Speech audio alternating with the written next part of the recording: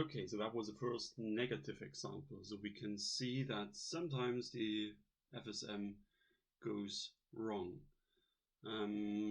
Remember when I said that, well, we cannot guarantee it works, but sometimes it does, sometimes it doesn't. Well, I didn't find the point. Yeah. Sometimes yes, sometimes no. Well, this was an example for no.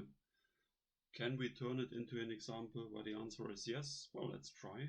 Let's go back and see what we can do. And the key is to understand this operation here. Well, at least for this example, it's the key. And you can see that you can solve both problems with one simple trick. You could just say that the little xn, the data that is getting lost by moving it out here and cutting it off, shall not get lost, and at the same time you should not get this fill in by a useless zero here. But instead let's move the data xn before it's getting truncated down here up to this top component, which is free anyway. And then no data is lost, so maybe injectivity might still be here, and if that's the case, then also search activity will be preserved. Let's see if that works out. So the idea is to use new approximations AN that take our, and now let's restrict consideration to just the finite bit of the vector that was between the black lines, and maps it to the following vector, same size, where every entry is moving one position down. So the last entry is now not xn, it's one earlier, xn minus 1. And the xn that would, well, usually sit here, but unfortunately there is no room for this anymore, is just moved from here to that point up here. So instead of a truncated forward shift, you do something like a forward rotation. So there you go, xn is now here. Now if you want to describe this action by a matrix, you get the following.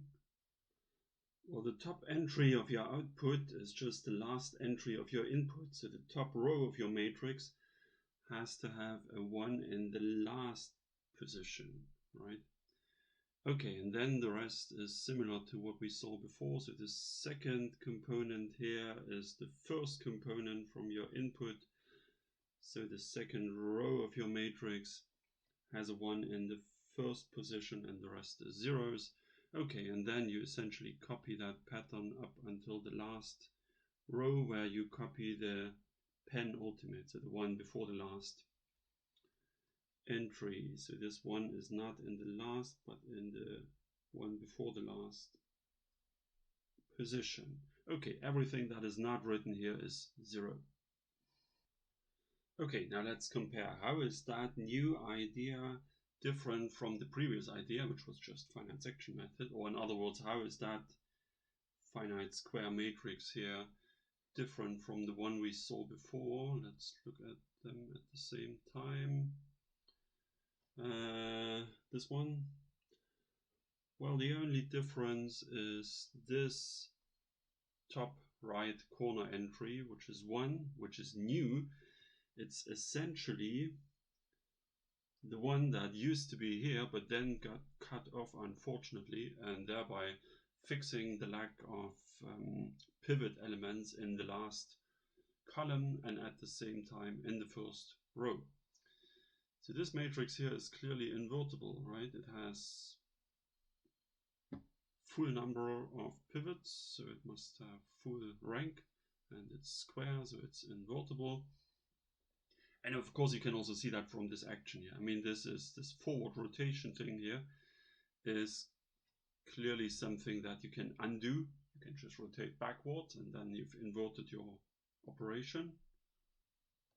So this gives us indeed invertible operators AN. Is it even an approximation method for A? Well, we just have to check whether the strong convergence holds. So we have to look at norm of AX minus norm of ANX for all vectors x from our space LP, which was capital X. Okay, we know what A of x is. It's just the infinite vector x shifted forward by one position. And now, of course, for ANX, you have to remember that actually AN is not just acting on these finite little vectors, but it's acting on the infinite vectors that contain these bits here and are just extended by zeros up here and down there. Okay, and that's what you have to write here. Okay, so remember the xn that was shifted out is being moved up to the top entry, which is why I'm writing it in red here, and everything outside the black bars is deleted, i.e. zeroed. So it remains to compute the norm, which is the p norm of that vector here. And because of these green zeros here, the difference is just what you see in the first vector outside the black bars. Then it's a little bit ugly in this first component between the black bars, but the rest here perfectly cancels. But now, just like we argued here in the one-sided infinite case and in the special case where p equals 2, you can again argue in our two-sided infinite setting, saying that the p norm of the vector that has blue entries goes to 0 as n goes to infinity, but then of course also this little red entry that comes on top goes to 0 on its own because it's the nth entry of a null sequence and n goes to infinity, and that's your argument. So yes, we have strong convergence. Okay, so we have a strongly convergent sequence AN that converges to A. A is invertible. ANs are all invertible.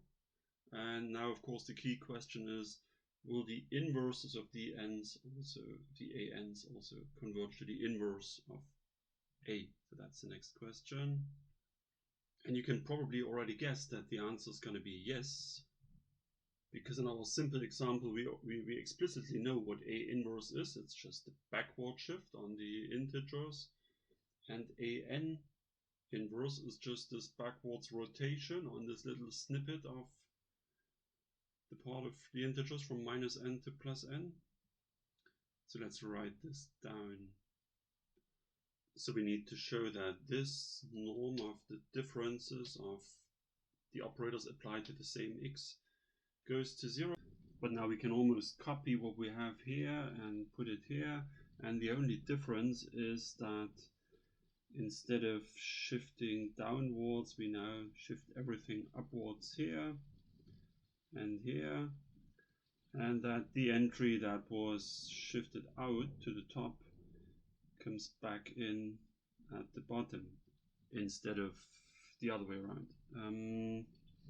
Well, this gives you a very similar vector here to the one we saw in the previous argument, and by the very same argument you can show that this goes to 0 as n goes to infinity. So indeed, yes, we have it.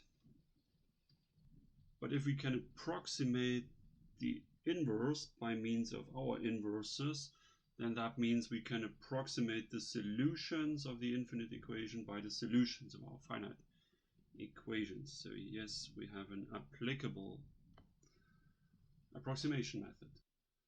So we have learned that such a tiny little one up here can make the difference, and indeed sometimes the answer is yes, sometimes it's no.